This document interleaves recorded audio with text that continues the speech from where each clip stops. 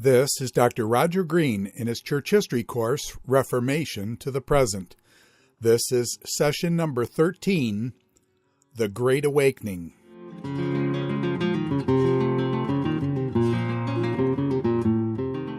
In terms of where we are, this is the evangelical resurgence in the church. And in the last lecture, we saw some real severe criticism of the church and of Christianity and of the Bible and of things that Christians hold dear and so forth. But that wasn't the last word, because the pendulum is now swinging in a new direction with what we call the evangelical resurgence in the church. Now, that resurgence did not take place in France, as we mentioned. France had become pretty thoroughly de-Christianized. But it did take place in Germany, in England, and in America. And those three kind of events, in a sense, were happening pretty much, not exactly, but pretty much simultaneously. So those three, there was Great Awakening in Western Europe, parts of Western Europe, and Great Awakening in America. So first we talked about Germany and the resurgence in Germany, and that's a movement called Pietism, and Spener Frank and Count Nicholas Ludwig von Zinzendorf. So we talked about that.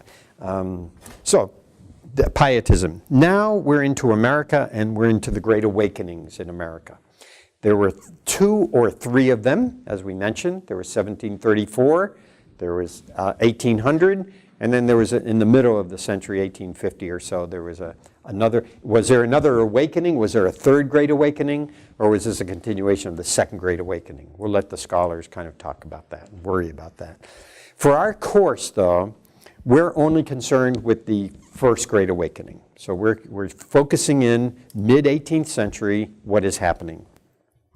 Okay, and just a reminder, we talked about Theodore J. Freilighuysen. If any of you are from New Jersey, you would know this name, Freilighuysen. He brought a resurgence to the Dutch Reformed Church.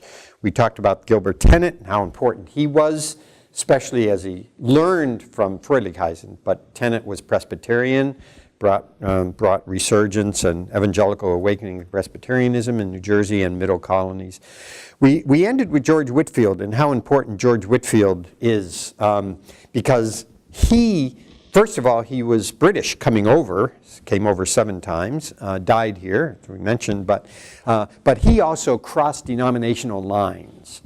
He was a revivalist in the truest sense, not just of the churches, but revivalists of people outside the churches, sinners repenting, coming in, believing in Christ, joining churches and so forth.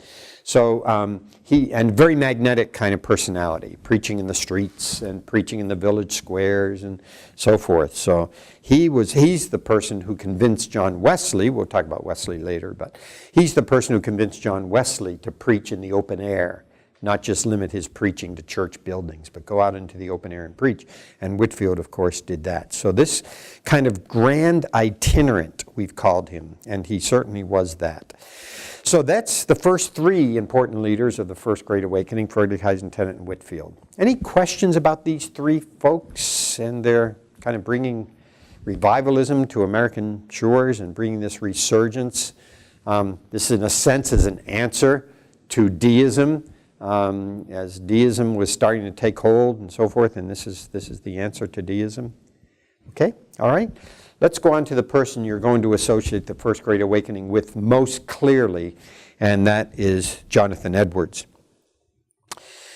Okay, Jonathan Edwards, pretty remarkable. In fact, the date we gave of the First Great Awakening, 1734, comes from the awakening in Jonathan Edwards' church. Jonathan Edwards was at a church in Northampton, Massachusetts, kind of mid-state, I guess. He was at Northampton, Massachusetts, in a congregational church there. And Jonathan Edwards, because of his preaching and his biblical preaching, there was a great revival that broke out in his church and neighboring churches. And so 1734, the date given for the First Great Awakening, is because of what happened in Jonathan and in his church, but also because Jonathan Edwards became such an important leader in the First Great Awakening, and was recognized as one of the great preachers, writers, and so forth of the First Great Awakening. What Jonathan Edwards did, as well as these other people, but it was most evident in Jonathan Edwards, is that, and we're going to see this later as well, but we'll mention it here, Jonathan Edwards brought Calvinism back into the American kind of consciousness. Because remember, Calvinism came over here with the Pilgrims, but especially the Puritans in the Massachusetts Bay Colony. These people were Calvinists, remember? And so the Puritans were Calvinists, and then you had other groups that were Calvinists, like some of the Baptists in Rhode Island. But by 1734, Calvinism had kind of died out in American public life and religious life. And Jonathan Edwards was a good Calvinist. So in his preaching and in his teaching, he brought Calvinism back into the mainstream as the kind of the theological life of America here. So his revivals were very kind of Calvinistic in terms of his preaching. You couldn't have God couldn't have chosen not you, but God. God couldn't have chosen a person more distinctly different from Whitefield in his preaching style. Whitefield was the great, very rambunctious, great, enthusiastic, we showed you pictures of Whitefield preaching. Whitefield was very much charismatic, outgoing. Jonathan Edwards was the exact opposite. Jonathan Edwards was a very quiet preacher. It was said of Jonathan Edwards that when he preached, he kept his eyes focused on the rope of the church bell in the back of the church, and that's what he looked at while he preached from the scriptures. So very what might be considered dry preaching, but very biblical preaching, and people were convicted by that biblical preaching. So here's God, choosing two different kinds of persons. And I remember when I was in seminary, the definition we were given for preaching was preaching is God's truth coming through personality. And so that was certainly true of Whitefield and Jonathan Edwards, two different kinds of persons, no doubt. So very, very important. And of course, you know what Jonathan Edwards looks like, but there's a picture of Jonathan Edwards and his preaching. That's all we'll say about Jonathan Edwards. He led a fascinating life. I like to tell my students that he studied about 16 hours a day, even though he had a wife and a large family, but he studied about 16 hours a day. That's good. Isn't that a good example? So, and that 16 hours a day of studying and the great preaching, that's what brought the revival, because the Bible spoke for itself in a sense. So I think that's a good thing, to study so much in your life. And you will accomplish a great deal in life by your study, if you're faithful to your study. So we'll let Jonathan give us that little message for the day. So Jonathan, are there any questions about Jonathan before we leave him? We're going to come to reactions to the First Great Awakening and then the results of the First Great Awakening. But any questions about Jonathan? I mean, we're not spending too long with his biography, or the biography of any of these people. We are going to spend a little bit longer time with the biography of John Wesley. All right, let's look at the reaction to the First Great Awakening in America. There were basically three reactions, and we want to kind of mention those three. So, first of all, some denominations were divided over the First Great Awakening. So I'm on page 13, and right down there, C3 there, reaction to the First Great Awakening. Some denominations were very divided over the First Great Awakening. And one example of that were the Presbyterians. Now, when we say Presbyterians in the middle of the 18th century, that's not quite as clear as Presbyterian denominations today, because Presbyterians and Congregationalists, very close kind of, it was hard to tell Presbyterians from Congregationalists at times. We mentioned Charles Grandison Finney. He was first ordained as a Presbyterian minister, then became a Congregational minister, but that wasn't hard to do in those days. But basically, among the Presbyterians, there was a division within the denomination. Now, it didn't cause different denominations to form, but there was definitely two different opinions. There was what was called the Old Side Party of the Presbyterians. And the Old Side Party of the Presbyterians did not like revivalism. This revivalism was too emotional, too charismatic.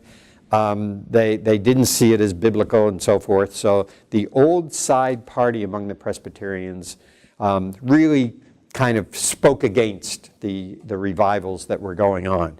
And of course, they would have been aware of the Pietism. They would have been aware of the Wesleyan revival in England and so forth. And they didn't like this. They were very opposed to this. The New Side party, on the other hand, the New Side party were pro-revival, pro-awakening. They thought that what is happening here is of God, and it is kind of like the New Testament church. So in one church, you could have old side party people and new side party people in one church. They didn't form different denominations, but they definitely had difference of opinion about what was going on with this revival and what they heard about revivals in other places. So that's the first kind of reaction. There was division in the ranks in a sense. A second reaction came from some pretty important people, and one of the most important was a fellow by the name of Charles Chauncey.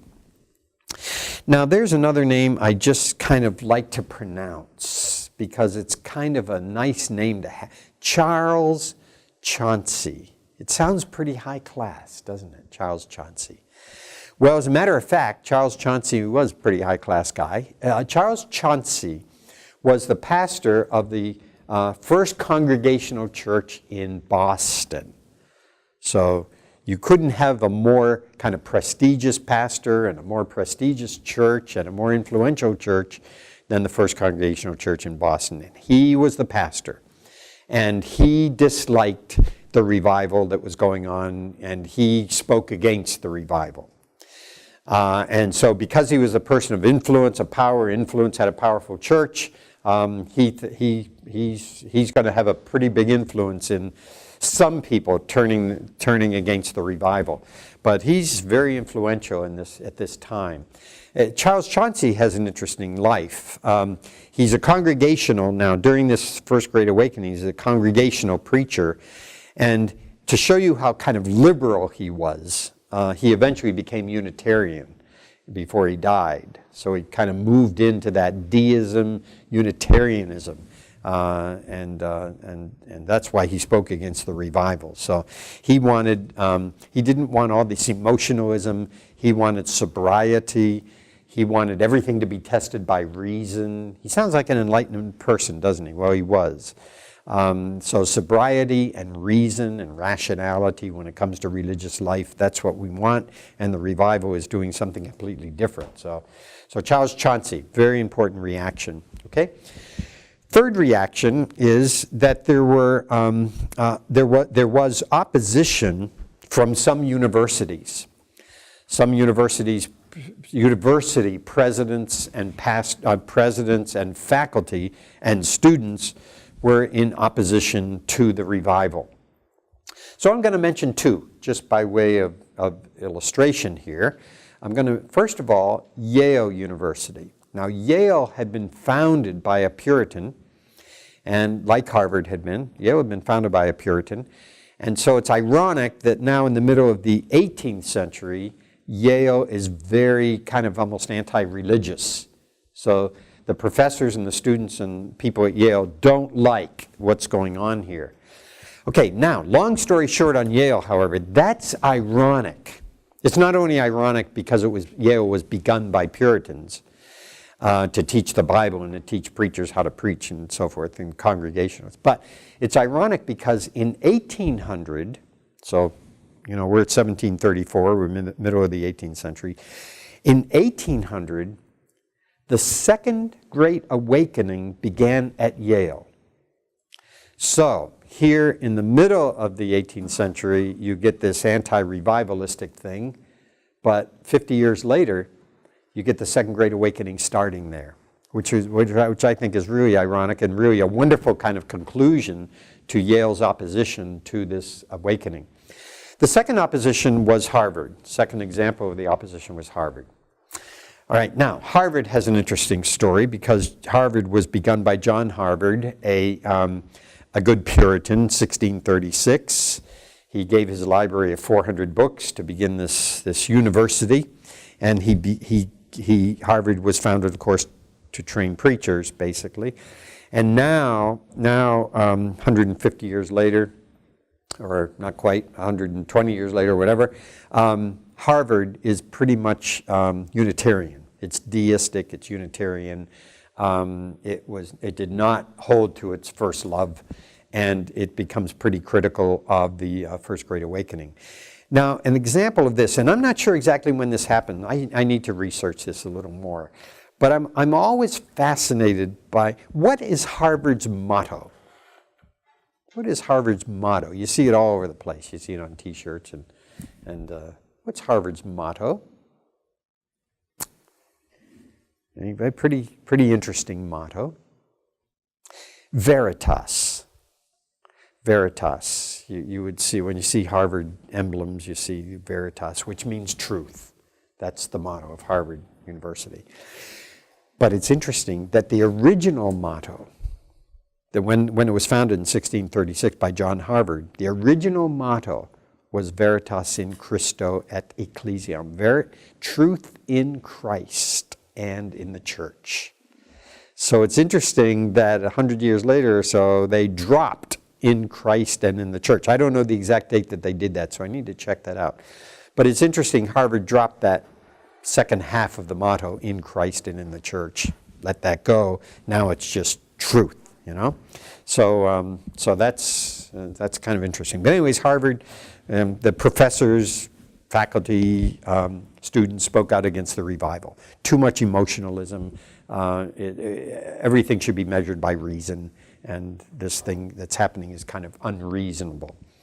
So there were definitely three reactions to the Great Awakening, and three ways in which the Great Awakening might have kind of caved in, but it didn't. So we'll talk about the lasting results of the Great Awakening, the First Great Awakening, theological, social. But before we do, are there any questions about those reactions to the First Great Awakening? Anything about that? Should we go on here? Okay, bless your hearts. We'll go on here. Results of the First Great Awakening. I've divided them into two sections, theological and social.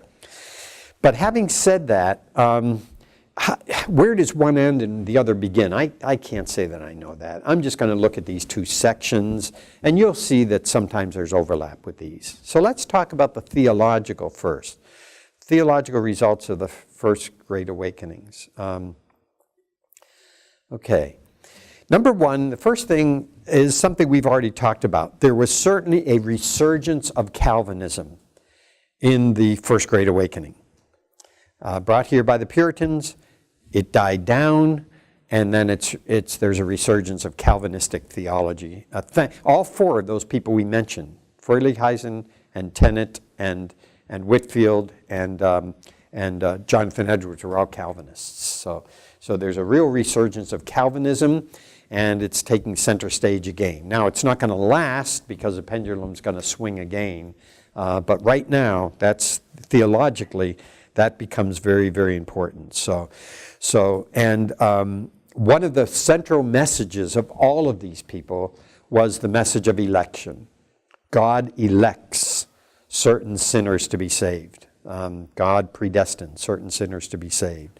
So you see that, and so you've got this whole resurgence of Calvinism. So a second thing that you get is what I call a revival of experiential piety. And by experiential piety, what I mean is placing a high priority on loving God and loving your neighbor. Not just knowing God and knowing all the doctrines about God. That's all right to do that, but experiential piety is a real love, a real commitment to God, and a real love and commitment to your neighbor as well. It's kind of the Matthew 22, love the Lord your God with all your heart, mind, and soul, love your neighbor as yourself. So there was a renewal, a revival of that experiential piety. Now, it was this experiential piety that the people like Charles Chauncey preached against. But nevertheless, it took hold and was very important for many people. So, okay, number three kind of result. This was a major test for religious life now was personal conversion. Was there a time in your life, or is there a time now in your life that you said yes to Christ? This emphasis upon personal conversion. So that becomes a real kind of major test here. So it's not theological creed. Can you recite the creed? It's not what church you belong to. It's not how often you go to church. It's not living a good moral life. All those things are important, but the major test now is personal conversion. And so the awakening really emphasized that personal conversion. Okay? And number 4, notice I put this under theological, but you could put it also under social as well.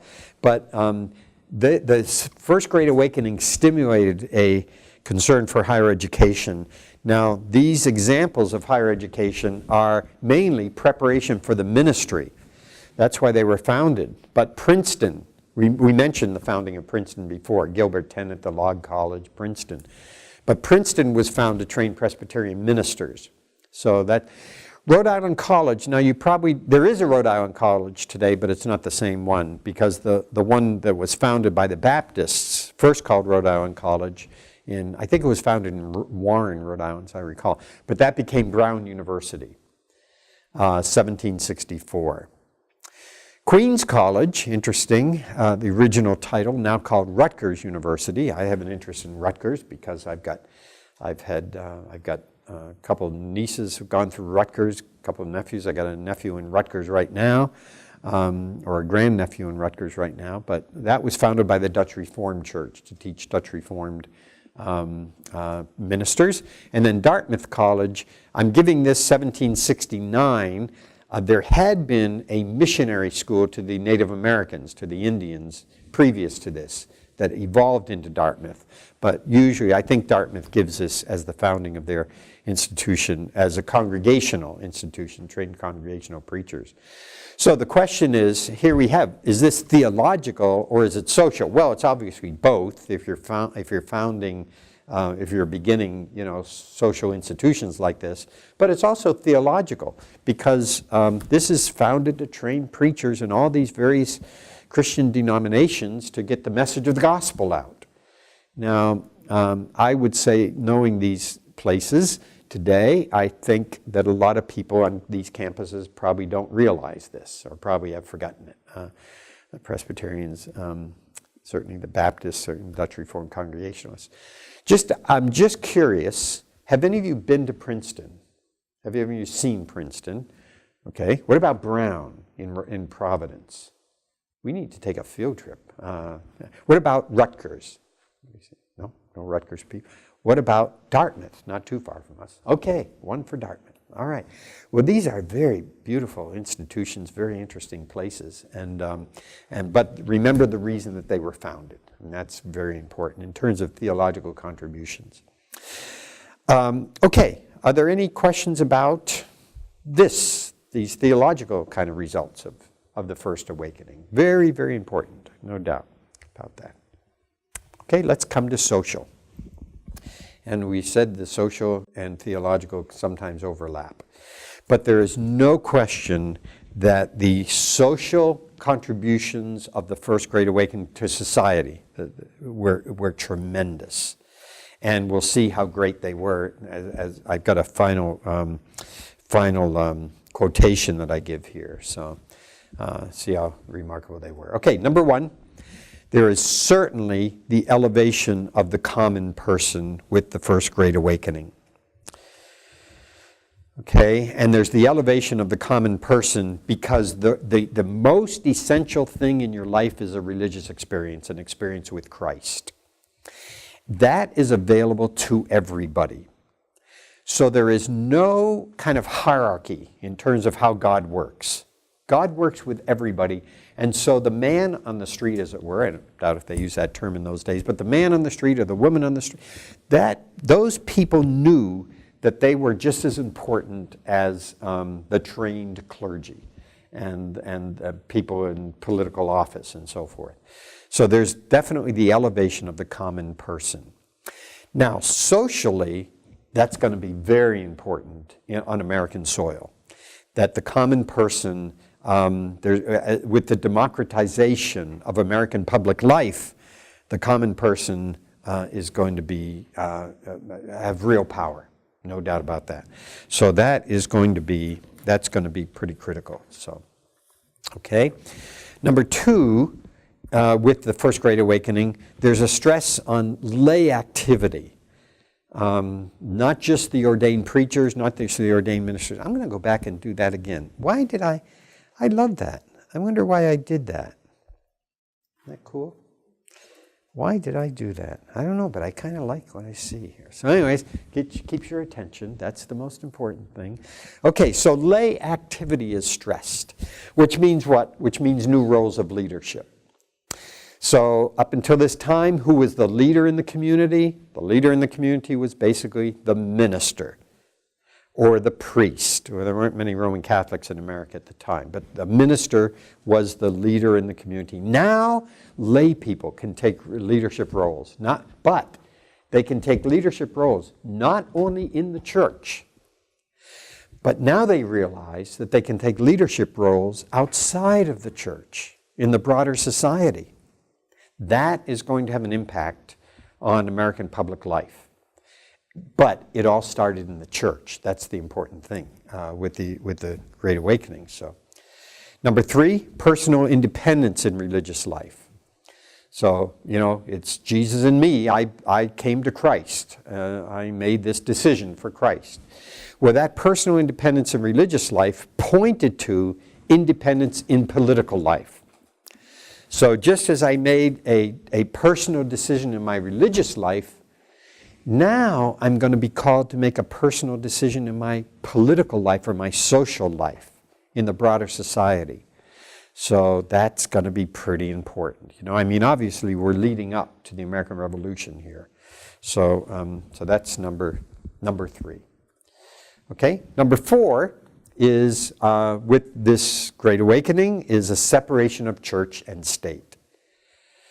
Now remember, we've talked about the separation of church and state before, and the reason for the separation of church and state is so that the state won't kind of infringe and overpower itself on the church. It's ironic that the discussions of separation of church and state today are just the opposite.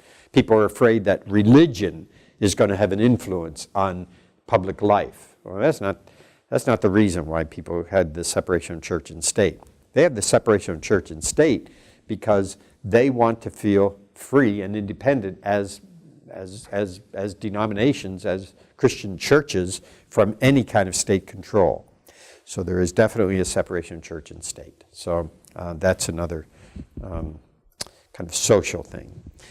Number five is a new humanitarian impulse. Because what does the gospel, as all these people are preaching, what are they saying? Love God, love your neighbor. A new humanitarian impulse. A caring for the poor, a caring for the widows, a caring for the orphans. Whose job is it to do that? That is the job of the church, to do that. That's where you first learn to do that, by hearing the preacher preach and then by very practical means. Good example was George Whitefield helped to found an orphanage in Georgia that was needed, and he helps to found it. That's part of the gospel, loving God, loving your neighbor. So, now what happens is this humanitarian impulse comes over into American public life. So, and there's a humanitarian impulse that comes into American public life even with people who aren't particularly religious, but there's still that humanitarian impulse. So, and if you fast forward, we see that today. The American public, the American people are the most generous people in the world in terms of humanitarian charitable work. Did you read about the story by any chance? This has nothing to do with anything, so yikes. Okay, but anyways, did you read about the story about the homeless man who found some money on the streets of Boston, and it was quite a bit of money and like traveler's checks and so, and he found the family and gave it back, as an act of, a Christian act, really, I think, in his own life. But he was homeless. He had nothing himself, but he gave all that money back that he found, And someone saw that. Someone read about that or saw it on television and decided they were going to raise money for this guy because he did such a humanitarian, wonderful thing. In the last count, they had raised $200,000 for him. So from the American public, you know. So that the American public, very wonderful people giving out of their hearts. Now it started in the church, but it comes into American public life, and people are very generous. Not necessarily, some are very generous for religious reasons, obviously, but many people are generous. They're not religious people, but it became part of American public life. So the humanitarian impulse.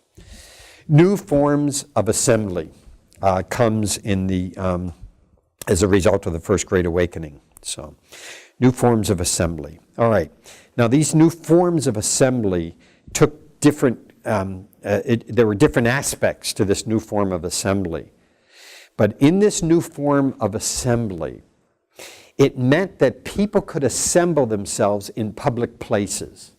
Now, they haven't been doing this. They haven't been assembling themselves in public places. But with the First Great Awakening, they learned to do this, especially with George Whitefield. Because where did Whitefield preach? He preached on Boston Common, and he preached in parks, and he preached on town squares and so on. So you got this new kind of idea of assembling in public, now for a religious reason, to hear the gospel preached, but this new form of assembly. And this new form of assembly also was strictly voluntary. Nobody had to come. Nobody was making you go to church, or nobody was making you go to hear George Whitefield preach, or no one was making you, you couldn't vote in Massachusetts unless you went to hear George Whitefield preach. Nobody's saying that. So this is voluntary kind of assembly. So, and then what happened with these new forms of assembly is that I meant to mention also, with this new form of assembly is new authority. Because the leader in this new form of assembly has an authority not based on, it wasn't given to him by the state. It wasn't handed down to him by the state like a king or a magistrate or a prince or something. This new authority in this new form of assembly was a recognition that this person is of God and that this person is preaching the Word of God. So a recognition that the authority is not handed down, but the authority comes from from a godly source. So with this new form of assembly, people coming together, not being coerced to come together, not being forced to come together, hearing this leadership, this wonderful kind of charismatic leadership. What that does, these new forms of assembly, which began religiously, they transfer into what? Into the political sphere. And so people start to realize, boy, we can do this politically too. We can assemble in public, voluntarily. No one's making us do it. We can assemble in public. We can assemble voluntarily. We can hear leaders, they're not just told that they are leaders, but we can hear leaders. We see an authority in those leaders. They might not have a public office, but they have authority in what they say and so forth. And this can easily transfer. Politically and socially, which it did. So the new forms of assembly, really incredible. The next one is the sovereignty of the people. Critical of public office. So the sovereignty of the people, which was released in a sense, the independence of the people was released in this whole First Great Awakening. But the sovereignty of the people, critical of public office. So now people feel in these new forms of assembly quite free to criticize public office. They feel free to criticize England, in our case, and the king, in our case. So they feel quite free. Now, what gives them that freedom is the sheer weight of numbers in this public assembly kind of stuff. So the sheer weight of numbers gives them that freedom to do that. And Boston, you walk the streets on Boston, you walk the Freedom Trail, and you see some of that. Okay. Now, what's the bottom line of all of this? So here's the quotation I'd like you to get. But I'll try to remember to put these PowerPoints on Blackboard, by the way. So if you don't get everything down, that's fine. But I love this quotation. Considered as a social event, the Great Awakening signifies nothing less than the first stage of the American Revolution. Considered as a social event, the Great Awakening signifies nothing less than the first stage of the American Revolution. So you have to ask yourself, would the American Revolution have happened if there hadn't been a first Great Awakening? I think the answer to that probably is no. I think the first Great Awakening and everything we've talked about in terms of both theological and social kind of outpouring of the first Great Awakening, I think the answer is no, because I think what happened in the first Great Awakening, especially socially here, was it gave the groundwork, the foundation for a political revolution. And then people picked up on that, and off they ran with the political revolution. So that's very interesting that there is a connection between the religious life in America and the revolution that came with the American Revolution. So, okay, yeah. Did the Great Awakening reach to all parts of geographic? Yes, the Great Awakening did reach. Now, there were some places, that were still kind of being, in a sense, settled out in Tennessee, Kentucky, but it reached from Maine to Georgia, all the middle colonies. Everybody was affected by the Great Awakening, first Great Awakening. Yeah, and also it wasn't a frontier awakening. It was an urban awakening. So it was in places like Boston and Philadelphia and New York and places like that where it came to life. So yes, it is pretty powerful. Yeah. Okay, something else about the first Great Awakening. What do we want to know about the first Great Awakening? All those wonderful people and all those wonderful events happening in first Great Awakening. Anything here? Should I give you 5 seconds? I should. 5-second break here for the first Great Awakening. I mean, before the Wesleyan revival, I should say. Just take a quick break here. You can do this Friday, Monday, and Wednesday, then you're halfway through the course, halfway through the semester. Yikes. Okay. Stretch, rest. Ruth is the only one who has a class before this, right? None of you have class before this except Ruth. So it's kind of out of bed and into this class. Right, okay. All right, well, we are going to journey on here. And there's another thing happening. And it's happening in England, and it's called the Wesleyan Revival. Okay, so I'm on D, England, and the Wesleyan Revival. So that's happening along with Pietism, that's happening in Germany, along with the First Great Awakening that's happening in America, and now in England you have the Wesleyan Revival. Okay, now I need to be careful here because if you come into my office, the first thing you see is a bust of John Wesley. So come and visit me someday. I'll show you a bust of John Wesley. I'll show you a few pictures of John Wesley in my office too. So I need to be careful here. I could spend a long time on this, like probably a whole semester. So I'm going to try not to do that. I'm going to try to put all this in perspective and kind of deal with this, good balance and everything.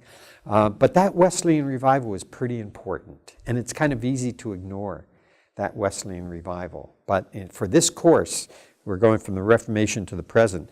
You can't bypass the Wesleyan revival. Okay, so what we're going to do is an introduction, and then we're going to give a biographical sketch of John Wesley, and then some theology of John Wesley that you're going to see is both similar and different. Similar to, different from the theology of the First Great Awakening. So it's kind of a balance to what we see in the First Great Awakening. So, okay. First of all, introduction. In order to introduce John Wesley, let me skip that picture, I need to come to a man by the name of Jacob Arminius. So there is Jacob Arminius. Okay, Jacob Arminius, long story short on Jacob Arminius. Jacob Arminius was a Dutchman. He was in the Netherlands. And Jacob Arminius was asked by the Dutch Calvinists of his day, he was asked to provide a defense of Calvinism. So he was a theologian, and he was asked to provide a defense of Calvinism. And when Arminius was asked to do that, I mean, he took it on willingly, and when he was asked to do that, however, he found that there were some places where he disagreed with Calvinism. There were some places where he didn't think John Calvin or his followers were right. And so he began to discuss those things. And actually, he wrote something called the Remonstrance. I should have put that last. But he and his followers developed what they called a remonstrance. That's not the first word, it's the second word, remonstrance. They developed a remonstrance, which was kind of a detailed argument against Calvinism. I shouldn't say that. It's not a detailed argument against Calvinism. It's a detailed argument about Calvinism, because there were some things in Calvinism that they liked and that they held on to. So they are not kind of anti-Calvinists, these Dutch folks. Okay, what happened was they kind of formed a group, and the group was called the Remonstrance, first word, remonstrants, the Remonstrance. So the Remonstrance formed the Remonstrance. Okay, you okay with that? And the Remonstrance was an argument about Calvinism. So let me just give you a couple of examples, because if you don't understand these examples, you're not going to understand everything else we say. So let me give you a couple of examples. One example was, and we'll stay just with Arminius here, but one example was Arminius disagreed with Calvin's doctrine of double election. So he reads John Calvin, he's supposed to defend Calvin, but he says, I cannot defend Calvin on the issue of double election. I do believe in predestination, Arminius said. I believe in predestination, but I connect predestination to God's foreknowledge. So God foreknows those who are going to be saved. And he foreknows people who are going to use the means of grace to come into God's family. He foreknows that. So, if you want to call that predestination, Arminius said, that's fine. I'm glad to do that. But I don't believe it as Calvin taught it. So that's one example. So, a second example is while Calvin taught that Christ died for the elect, Arminius said, no, Christ died for everybody. Christ died for the whosoever. Now, it happens to be it's only those who embrace the death of Christ who will benefit from his death. But Christ died for everybody. Christ's death was for the whosoever. So he disagreed there a bit and tried to explain that. So, okay. And a third thing that Arminius said, I am at one with Calvin. I believe, I'm so glad what Calvin said, in that there's nothing that we can do to save ourselves. There's no good in us by which we can save ourselves. Remember the Roman Catholic Facere Quadens say, yes, do what you're able to do, as though there's some good within human beings by which they're able to come to God. Well, Arminius agreed with Calvin. There's no good in us by which we're able to come to God. It's all by God's grace. This whole business of salvation is all by God's grace. So here he agreed with Calvin. He said, I'm at one with Calvin on this one, so that's a good thing. So, all right, and a fourth thing that he got discussing here, Calvin believed that the grace of God was irresistible. You cannot resist the grace of God. Arminius said, no, I don't believe that, because there is a residue of free will in people. So people can resist the grace of God. They can reject the grace of God.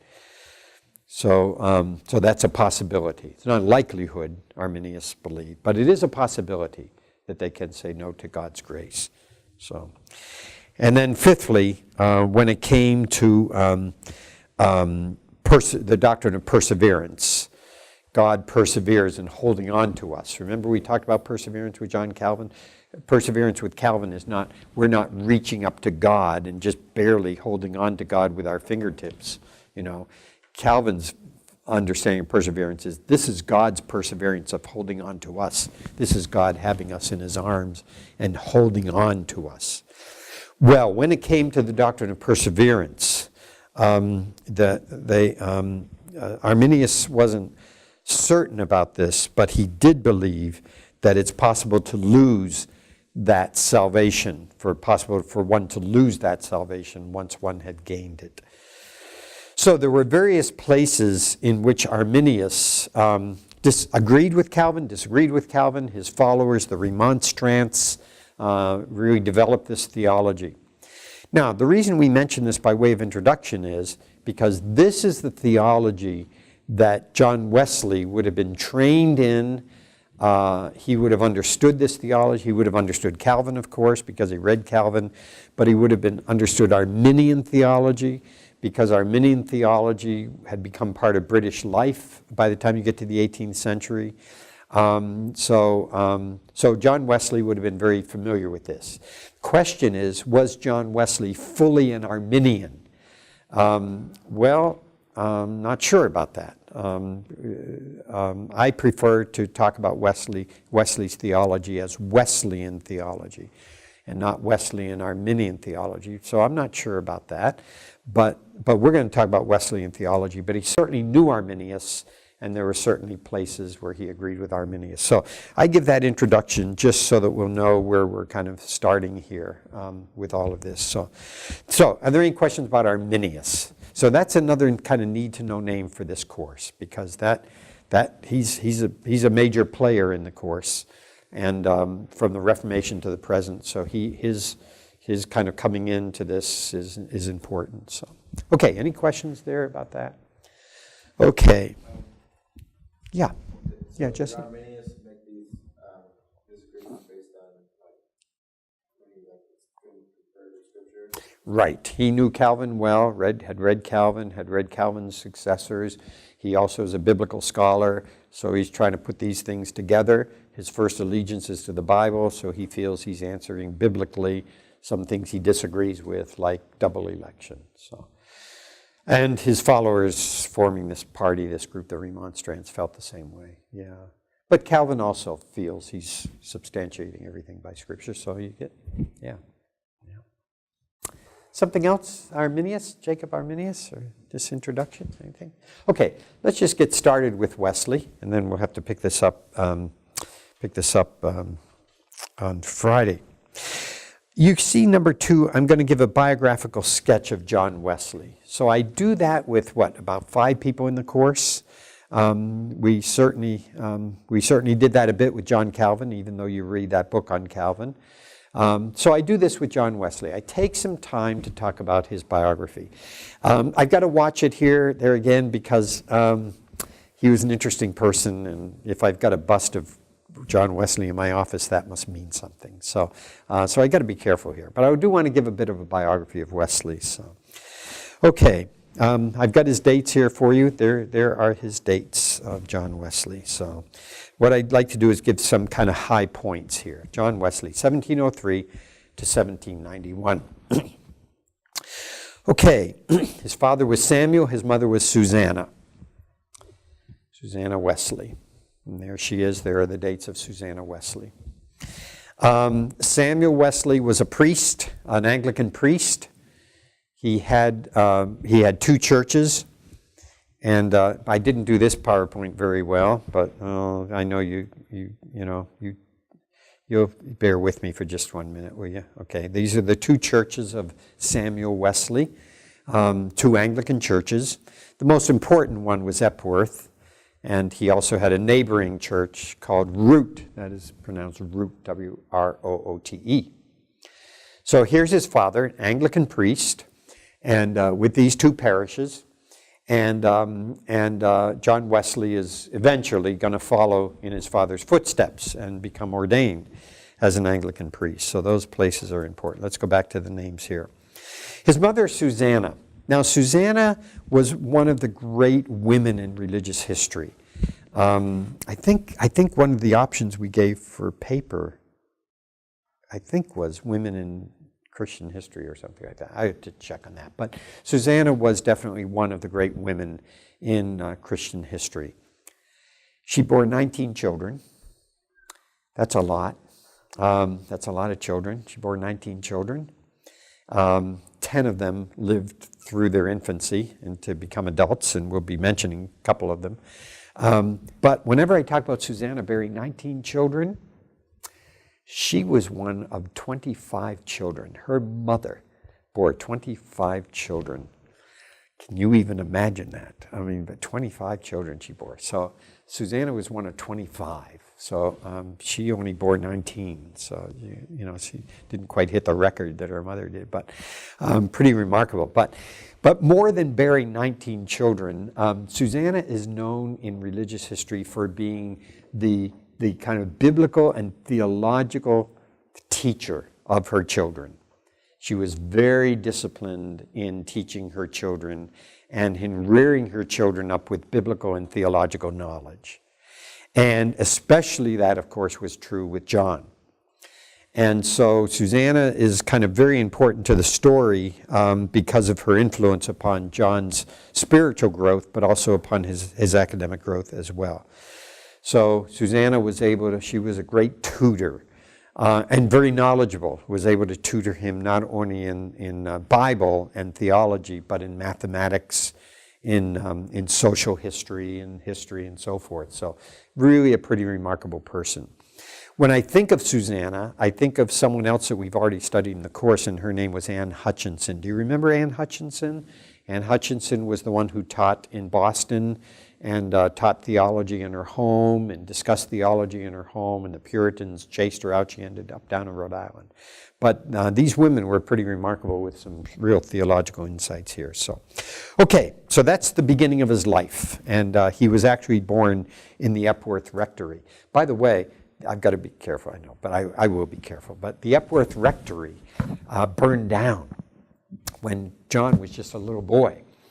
And he was in the house when it burned down. And his father was able to save him, however. So his father and some other men ran in and got John out and saved John's life in the Epworth Rectory, and from the Epworth Rectory. And from then on, or when he got into his adult life, John Wesley referred to himself as a brand plucked from the fire. So a good biblical reference there. So there was John, and born in Epworth and almost died in Epworth in the rectory, but he was saved. So a friend of mine, this has nothing to do with anything either, but I got to watch my time. Okay, but a friend of mine and I were going to lead a tour of Wesleyan sites through England in 2015. And one of the places we'll be is the Epworth Rectory, because the Epworth Rectory was rebuilt and is now a historical site in England. So we're going to go to that Epworth Rectory. We're not going to light a match to it. You know, we're not going to redo the whole fire scene, but we're going to be in that Epworth Rectory, so I can't wait to be there. So, okay, so that's his beginning and so forth, 1703. So, okay, now, what happens, another thing in terms of his biography, 1720 becomes a very important date in his life. 1720, oh, I didn't put Samuel Wesley's name down here too. I'll put Samuel Wesley's name down, his father. 1720 becomes a very important date in his life, and please notice he's only 17 years old, so he's not very old. In 1720, John Wesley enters Oxford University. So he goes and he becomes a student at Oxford University and you know there's many colleges at Oxford University, and he went to the college called Christ Church. So that was his place of learning at Oxford to begin his kind of undergraduate studies. So now, long story short is that he thought, John Wesley thought that God had called him to the ministry. So he goes to Christ Church. He is ordained to the Christian ministry, first as a deacon. And John Wesley feels he's going to spend the rest of his life as an Anglican priest, but he's going to be teaching.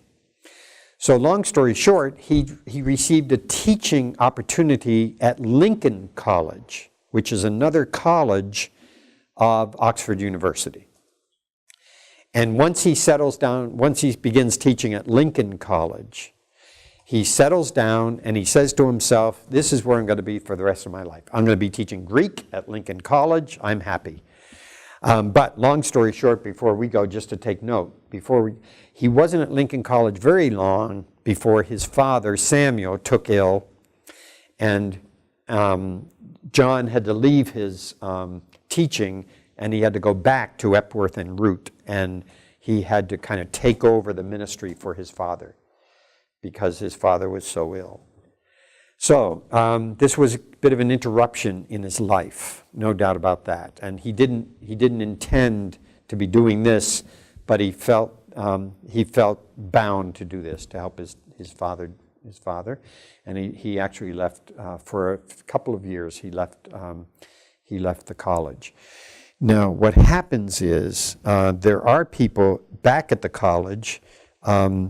And they are studying also at Christ Church, and one of them was his brother Charles. So Charles Wesley, his younger brother, as you can see, there's an age difference of, 4 years between them. His younger brother Charles had entered Christ Church, had entered Oxford, and he was studying at Oxford during most of the time that John was away at Epworth and Root. And something very, very interesting was happening with Charles Wesley and others at Oxford while John was away. So, and that's where we'll pick up the story on. We'll pick up that story on Friday. Okay, well, he was away at Epworth and Root, helping his father with that ministry. Charles at Oxford. Something very interesting is happening. So we'll see what's happening when we come back on Friday. So, have a good day. I'll see you Friday. What was the name of that college?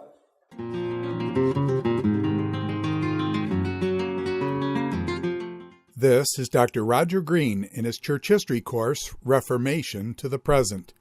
This is session number 13, The Great Awakening.